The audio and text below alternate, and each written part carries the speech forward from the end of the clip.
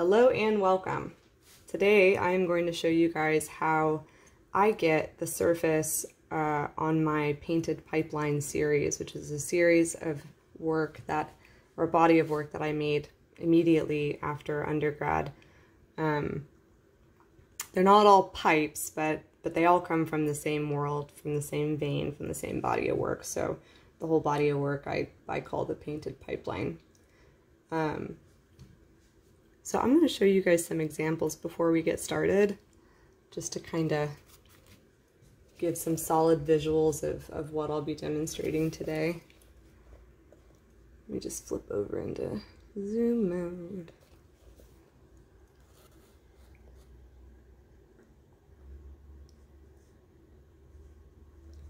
So this is a pair of earrings I made for an exhibition. They swivel and it's cool, but that surface is just so interesting to me.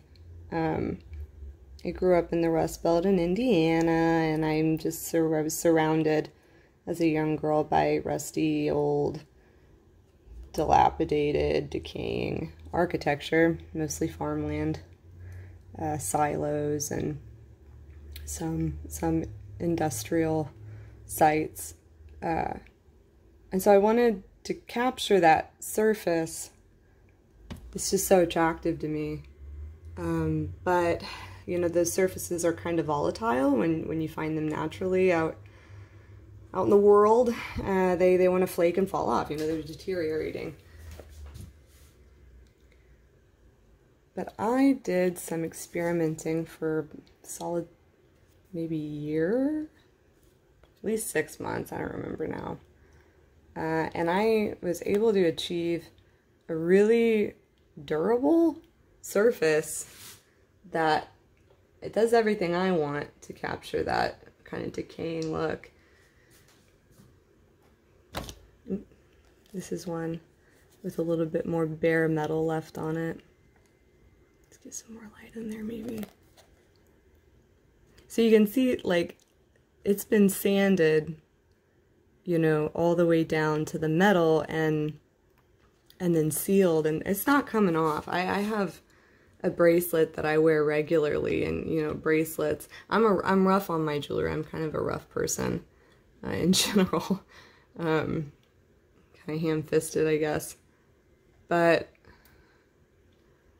yeah, it stays. I mean, I wear that bracelet regularly, and it keeps. So it's really interesting, and I'll show you exactly how I do it. It's really all about surface treatment and how you treat each layer of paint that you put down. This one's really pretty. Let's see if we can get a backdrop to make it stand out. I really like that color combination. So I'm just working you guys up to get you excited to learn this. I hope this is doing the trick to get you excited to learn this. I did a couple samples that aren't so rough and grimy looking. That's always what I'm going for. But you can do a more refined, polished surface. I mean, surprisingly polished.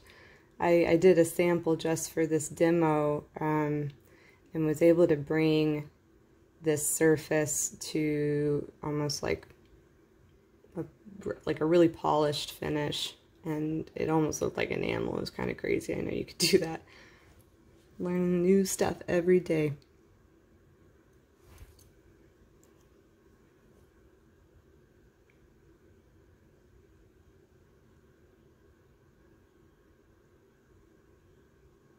I mean, and you can see these look pretty crackly, right? So some of these are grimier than others, but you can see the bubbles kind of popping out on these guys.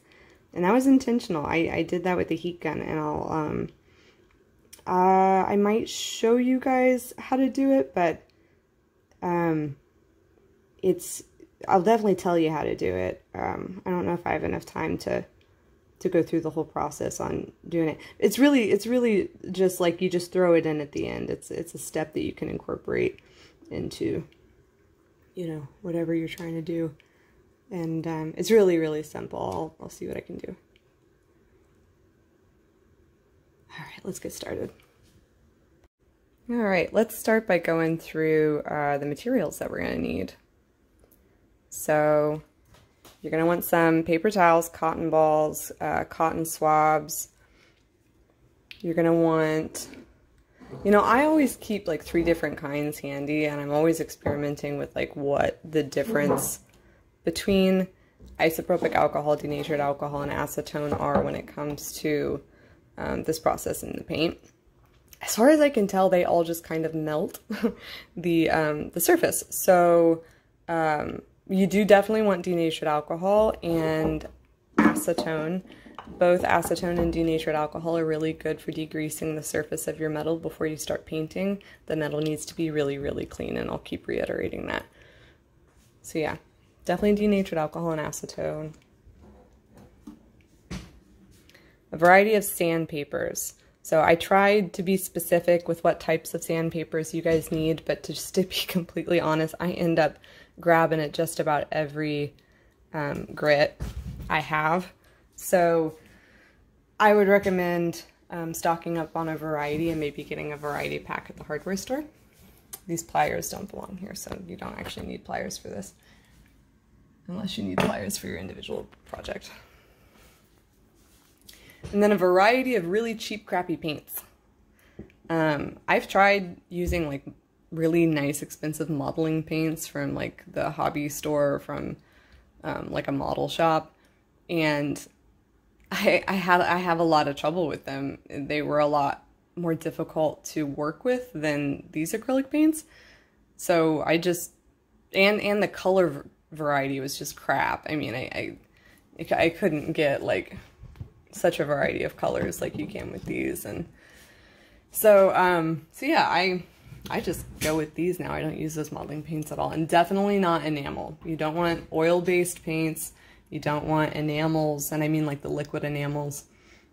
You really want some some acrylic paint. And you know, I'll say that okay, so the modeling paint at the store was acrylic, and it just wasn't great. And please feel free, if you have some really nice acrylic paints at home and you're like, I think I can make it work, go ahead and try. I have not tried all the acrylic paints in the world, but these guys do work for me. And so this is like top notch. I've never heard of that before until today. I went and got some fun colors for this demo.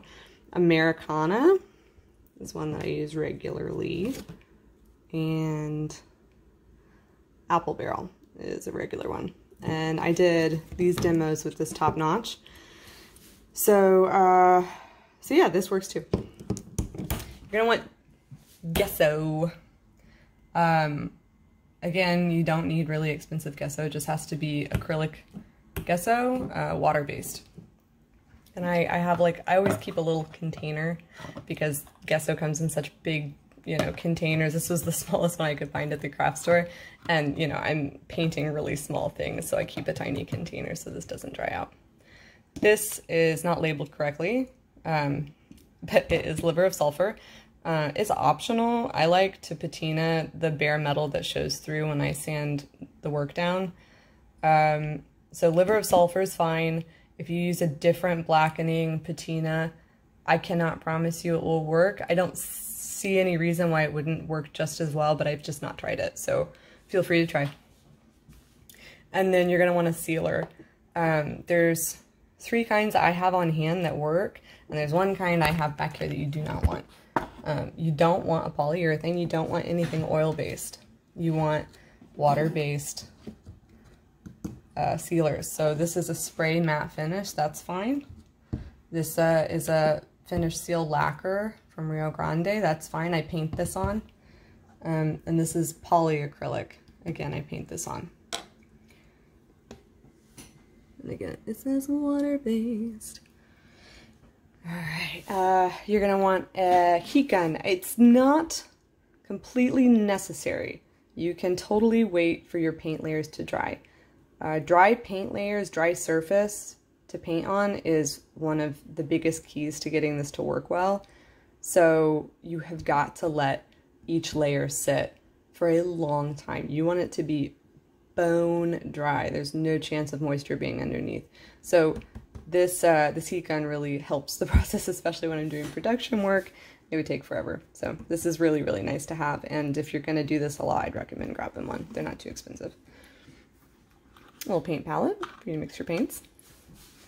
Clean surface, and also, you know, I just got this really beautiful, nice new workbench. You know, kill me, you know, because, like, it's a workbench and I don't want to destroy it. But, so this is on my workbench to keep the workbench nice. You don't need this, but if you care about whatever surface you're working on, I'd put some newspaper down or some paper towel. Variety of paintbrushes.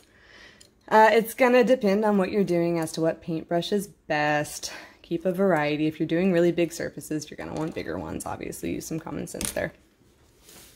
And then I kind of skipped over these. So some like a variety of sanding sticks and files is really nice to have on hand. These guys I'm going to get to a little bit later. Okay, let's get started. Oh, water. You want that was water. I've been using it. Yeah, a little container of water to rinse your brushes out. Okay, let's get started. Okay. So first, start with metal, right? Couple quick things. I use non-ferrous metal when I do this. I have recently been working with steel and trying my hand, or trying this technique with ferrous metal, just mild steel, and it does not do that great. And I think it mostly has to do with the rust underneath the surface. I was trying to incorporate rust into the surface in the paint, and it wants to flake off really bad. So I still have some experimenting to do with ferrous metals, but non-ferrous metals, good to go. Yeah. Just make sure you're getting copper, brass. I don't know why you'd want to paint silver, but you know, if it's a conceptual piece and you're feeling angsty, do it. So yeah, sterling silver, brass, bronze, copper, aluminum, tin, those are all good to go. So before we start painting, we need to make sure that this is very clean, but also has a tooth to it. And maybe some of my college-educated metalsmiths know what I mean by that. And what I mean by that is that we're going to rough up the surface so that there's some texture to grab on to our paint. So get your sandpaper. You don't want to go too coarse for this because it'll just take forever and it's, you know, more aggressive than is necessary. So I go with, I don't know, like 150 is fine. And you start roughing it up. And you want to get the whole thing really, really well. This is really basic stuff. I hope I don't bore you. The whole thing is really basic stuff. So I'm going to try to skip through the tedious or the time-consuming stuff. This is one of the tools I said I'd get to later. I don't know if you can see it. It's a wire bristle brush, a stiff wire bristle brush. And I found this to be, I left it off the list accidentally, but this has actually been really helpful for me when it comes to roughing up this surface, especially if you have some textured metal. So doing a little bit of that, super helpful.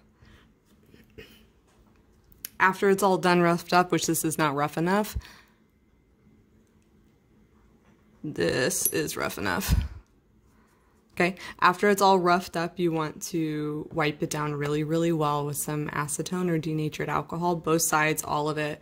I would even wear gloves because oil or anything on your fingers is going to interact with the paint and things like that, and who knows what it'll do. So it's better safe than sorry, I suppose. So yeah, get it all roughed up and then clean with denatured alcohol. We're good to move on to some gesso. Gesso. I said gesso for the longest time growing up, and then someone scolded me and said it's gesso, and I just don't even know, so I flip back and forth. Okay. Real basic stuff, guys. Here we go. Yeah, really thin layers. That actually is something that I want to say. Very, very thin layers. This is not thin. Like, you want to, whatever, you know, put whatever paint on there, and then take some of the paint off and really cover the whole surface. Sorry, I hope I don't do that too much. Tap into the camera. that is super thin, and you're gonna want at least 2 layers of it. And so instead of waiting on that to dry, we do this. Okay. Now I want to give you guys an idea of how you should be heating this. Like, and we should probably just start off with that right now. So let me back up here. Boom. Let me see. You can see this. Okay, so you want to keep your heat gun fairly far away, like we'll say 4 to 5 inches. And I'm not going to turn it on right now because it'll be a little bit loud and I'm worried you won't be able to hear me in the video.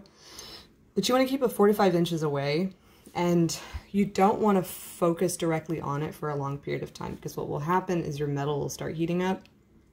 And if that happens, I mean, heating anything up produces some sort of vapor or fumes or something. And so what I've noticed is that if you heat the metal too much, you start to raise the very initial layer, and then you're screwed because you finished your whole piece and you start sanding and it just comes right off. So you don't want to create any chance of a barrier of any kind between the metal and the gesso and the layers of paint, and each layer of paint, you know, and the next layer of paint. That's the biggest thing, is you want to make sure that there's no barrier and there's every chance for it to bond to whatever's underneath it. So what I do is I might do that. One swipe, just go, and you'll see it. You'll see the gloss go away with just one swipe. And I keep it on low too. You want to be right here, not right there. Right here. And you just want to do one quick swipe. Pull it away for like 3 seconds. You really want to avoid this getting too hot or really warm at all. So 3 seconds and then swipe real fast. 3 seconds and swipe. And you do that until all the sheen has gone away, and just don't rush it. Like, take each step seriously, because by the time 2 hours is up and you have a beautiful surface, you don't want it flaking off. So I have one already prepared so I don't have to bore you guys. So this is 2 layers of gesso. Now I'm going to rinse out my gesso brush. Tap into the camera.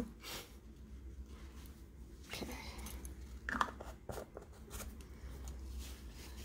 And see, I'm going to work with some funky colors. I actually used these colors in another sample, but it's been a long day today. I'll just use the same ones.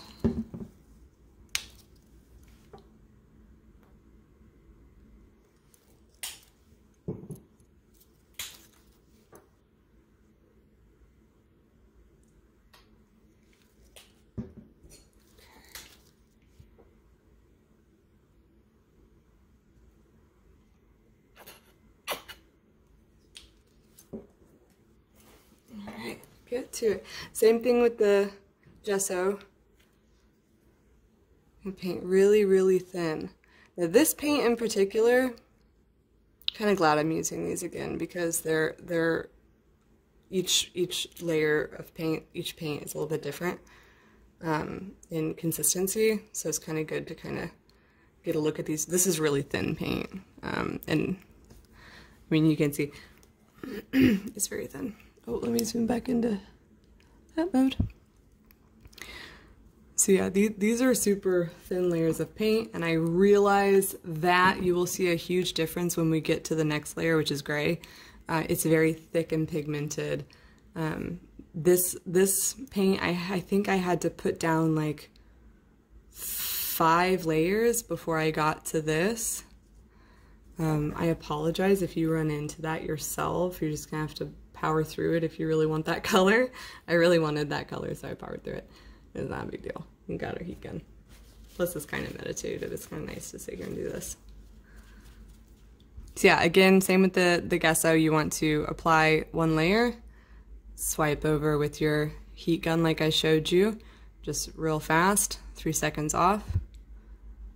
Real fast, 3 seconds off, and you'll see it. I mean, I'll do it with the gray. You'll be able to really tell how fast it'll dry it up. It does a lot. And that's why you don't want to hold it on too long, because it will heat the metal up and that's bad. All right, let's do the gray. I'm gonna have my paintbrush in one hand, and my heat gun in the other. So when I turn this heat gun on, you might not be able to hear me, but I just want you to look at the sheen on the surface if you can, to see what I'm talking about with how fast it dries.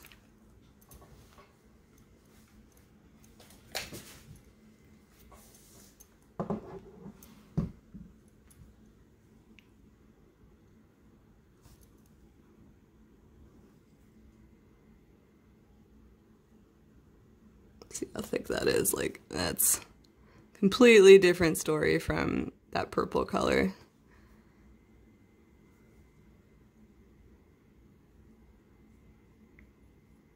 And it doesn't really matter how many layers you put down, it just matters how you treat each layer. So now that is wet, right? All right, I'm gonna turn the heat gun on.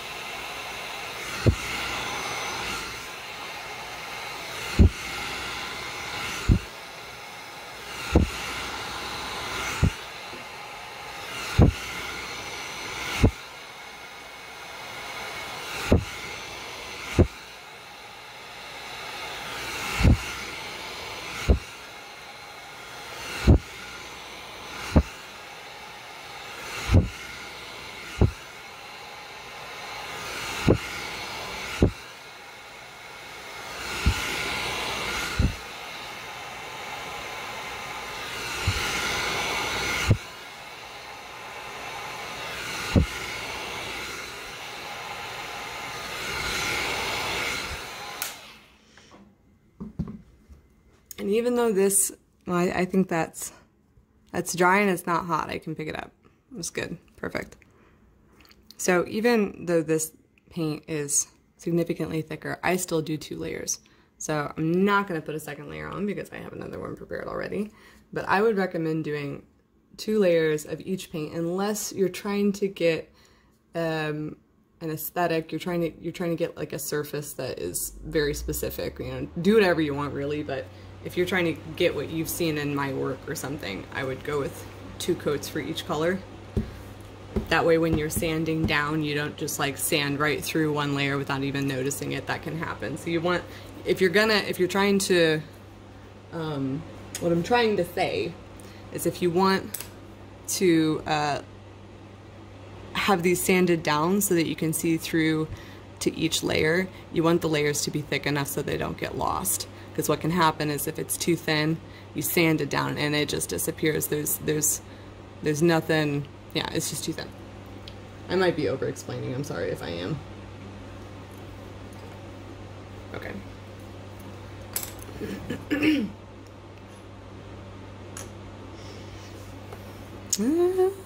All right, now I'm not gonna do the painting of this. You know the gist. It's pretty straightforward.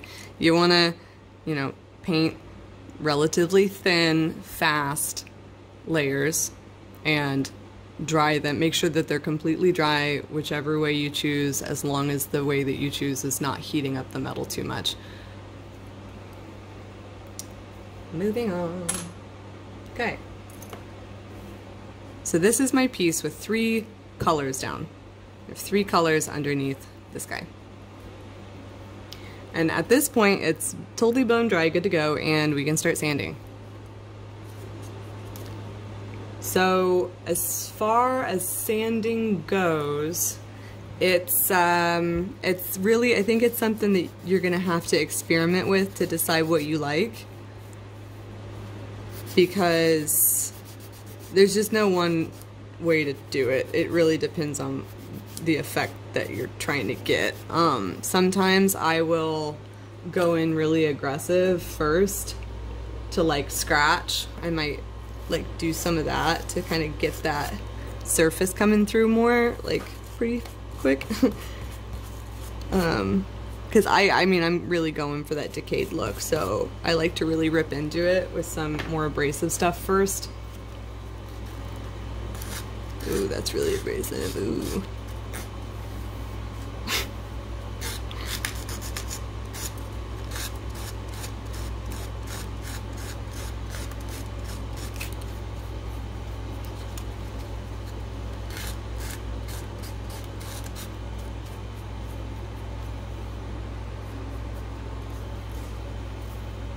And then once I have some stuff showing through, I might go back with this and start breaking it down further. Yeah, see, now we're gonna get into some layers.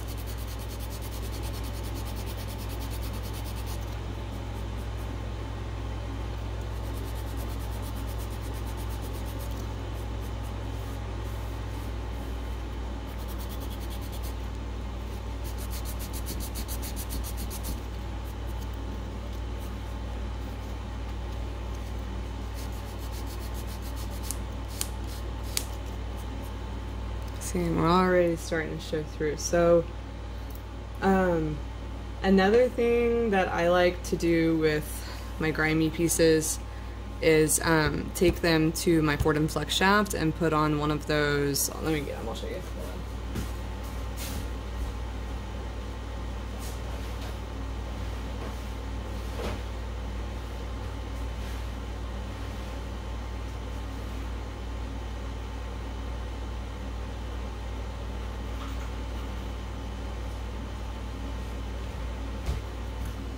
These are really worn down, but you know, these kind of Scotch-Brite rotary flex shaft bits. These are really cool. They don't sand like sandpaper, and I think it's because the rotary motion and the speed kind of heats it up faster, and when it's heated up, it starts to kind of like smear and melt, which might not be what you want, but it moved the material and built it up in layers for me in a way that really helped the aesthetic. So I really liked it. So if you have a rotary flex shaft and you want to try putting one of these under there, don't be shy. I think like bearing down actually helps move that metal and kind of melt it instead of tearing it off. So experiment a little bit with that, but that's another way that I kind of wear it down through the layers, and I get a nice effect. Another thing that you can do it, but you just got to be really careful. So this is where I'm going to bring in these Q-tips. If you're doing something big, feel free to use a cotton swab. But what I'm going to do, you can't see what I'm doing, but what I'm doing is I'm opening a can of denatured alcohol. You can also try acetone for this. And I'm gonna use the cotton swab because this piece is so small. You can see what happens here. See how it's like taking that, just totally smearing it right up, right? So I don't know if that is anything that you guys would want, but if it is, that is how you do it. You just rub some denatured alcohol on it and it'll start to eat through those layers. I might use this to wipe. Ooh. Okay, see, that's pretty nice actually. I like that. And in this way you can almost be a little more controlled than you can with sandpaper. So, cool. But as you see, it's kind of smearing the colors too. We can fix that a little bit by going over it with sandpaper some more. And see, now there's like cotton all over it too, so we kind of have to go over it with sandpaper.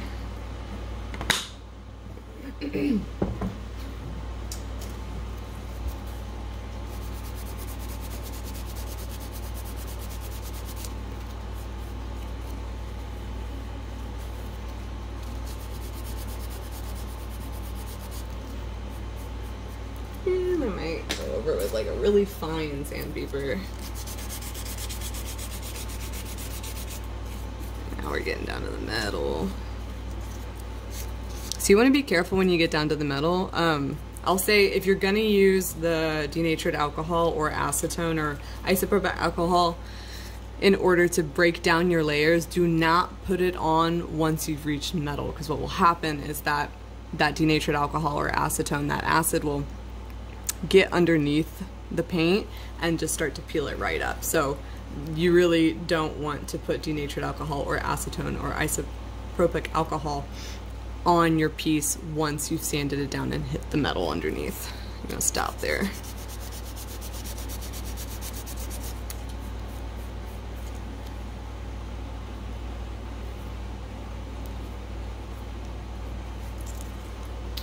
Another thing that I didn't put on the list, the materials list, but I've realized is actually really helpful, is if you get those like nail buffing bars at whatever grocery store. They're really good for buffing weird stuff off, and you can actually, I'll show you one sample that I did where you can actually bring this to a more polished finish, and it's kind of cool.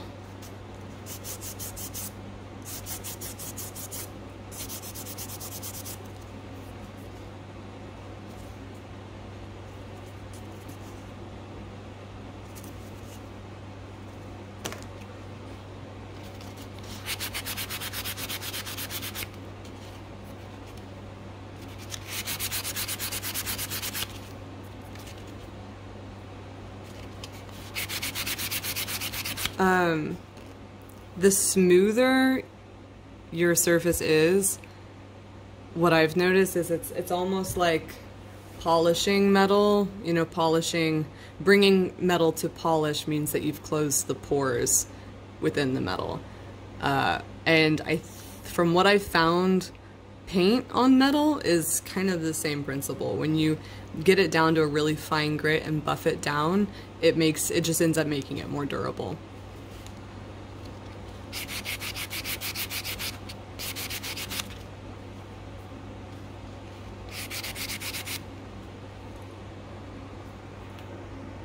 I don't know where I'm going with it. I'm fine with that. It's just a circle. I'm not feeling super inspired by it, but you get the idea of what I'm talking about with the process. Okay, so we've broken through the metal, got it looking kind of grimy, and now I'm gonna go ahead and patina it like I would my others.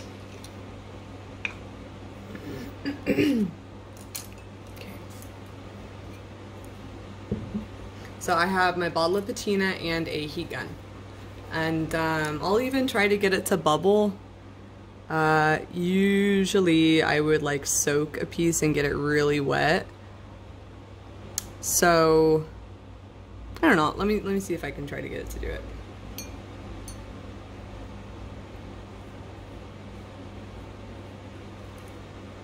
So, oh, and also this part, using a heat gun for this part, you don't have to worry as much about getting it too hot. You still want to be cautious because you don't want this whole thing to lift up off, but it's just not, it's not as big of a problem because you're done sanding.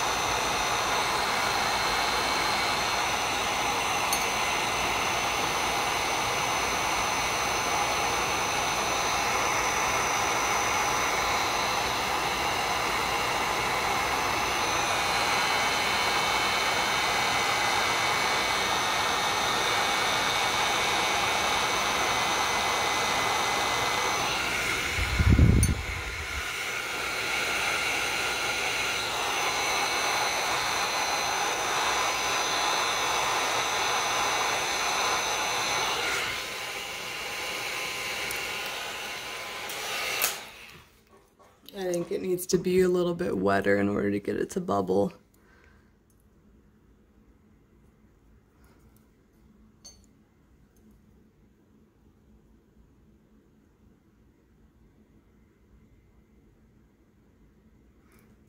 But I like that.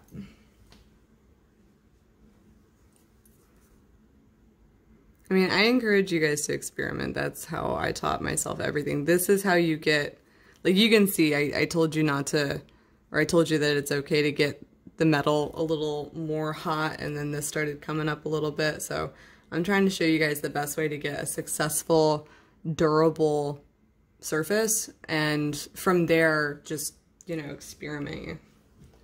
I would just recommend, if you're selling work, wear it around for a couple of weeks. You know, let it be out in the environment for a while before you sell it to someone, just to make sure that whatever experimentation you did didn't compromise the durability.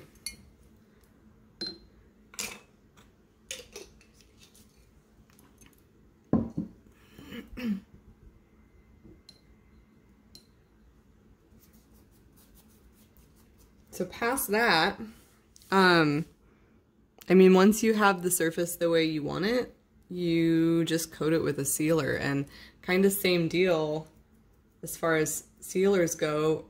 You want to paint them quickly and thin.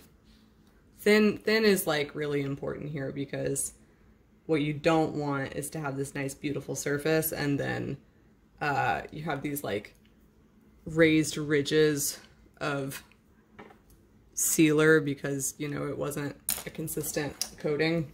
You might see it when I do this. It's pretty easy to do, unfortunately.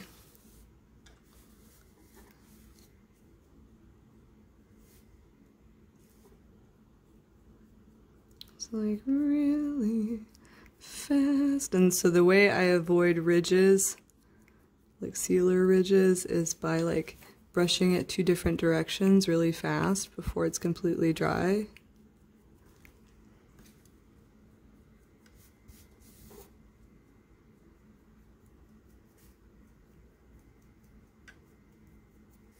And that takes some of that shine away too. I don't want this to look manufactured or like coated.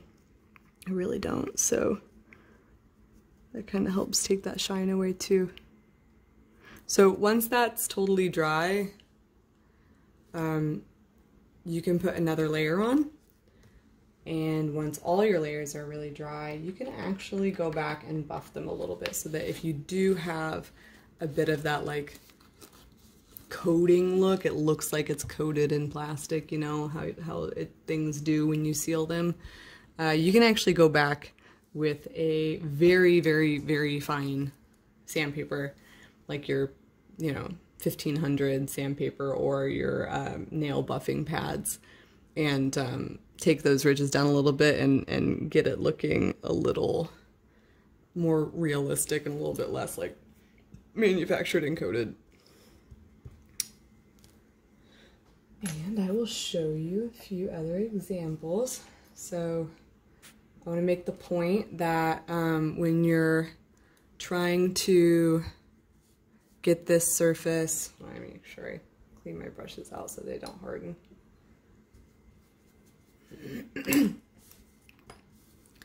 When you're doing this this process, this technique, it can work a lot better when your metal's a little bit textured. So keep that in mind if you want something more like, you know, rough and distressed. Texture will help you. So this is a piece of metal that I textured with 3 different styles of texturing hammers. And then this is the piece that I painted with the technique. So you can see there's so much more variation in texture. Like I had to really focus down on this one to try and get a good variety of color and texture. And as you can see, there's kind of that like that coating look on this one. So I'm gonna try to take some buffers to it and show you guys that you can kind of take that back down to a matte, and it's nice. The only problem is you have to avoid scratching the metal, because then the patina goes away. But yeah, so if you want, you know, the really rough and beaten up look, it's good to have textured metal. That'll help you out a lot. Okay, let's see about this. Maybe buffer.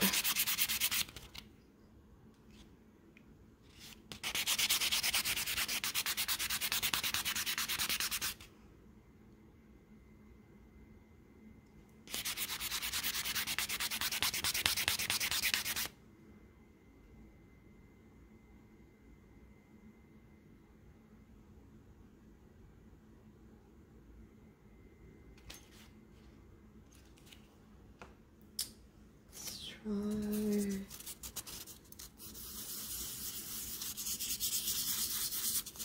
some of that.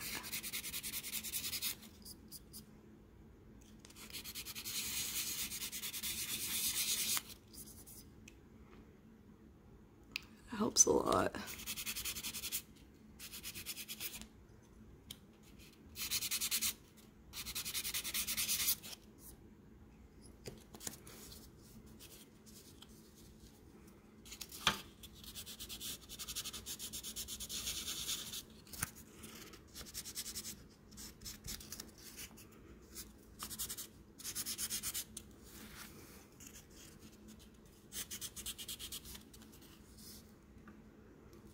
That's nice. Now we're back to something a little more matte. So you just got to work at it. You can see the shine from the the recessed areas that the sandpaper didn't get to, but that's good for contrast. You can tell what I'm talking about and then spend more time being all nitpicky and detailed on your own. Another thing that I just realized you can do, and this is the last thing I have for you guys, is I did this just to try to get a different type of surface so that, you know, just to give you guys an idea, like please experiment and find your own bliss there with this process. But I buffed one of these down and I think it almost looks like enamel. It's kind of crazy. I didn't polish it all the way. You can see quite a few scratches and scuffs and stuff. I didn't expect to take the time to do it in the first place, so I really didn't have time to do it to completion, but there's potential there to bring that to like an enamel polish, and that's kind of cool. It really is. So if you want to try your hand at this, this is like, you want one color. Well, I mean, it doesn't have to be one color. You could totally take this and bring it to a polish too. I don't know why I said that. But this was just one color. And you want to build up a lot of layers of it so that when you sand it down and get it smooth, you have plenty of layers to go through before you hit the gesso. So I think I put like between 15 and 20 on here, and it could have totally taken more. And that was actually why I stopped. One of the reasons I stopped sooner than I wanted to. I didn't bring this to a polish because I was worried I didn't have enough layers on it. So I used 15 to 20. It could have used more. And then you just start with your high grits and go low. You obviously you shouldn't need something really aggressive when it comes to sandpaper. Like, I wouldn't even use 100. I would start at like maybe like 200, 300, and work your way down through the sandpapers, and then bring out your nail buffing, you know, cube and go through those grits, and you can get something really refined and nice out of it. All right, that is all I got for you guys. All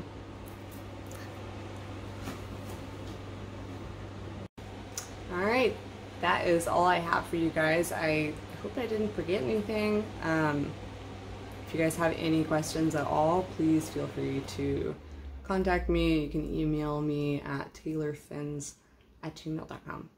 It's just my name at Gmail.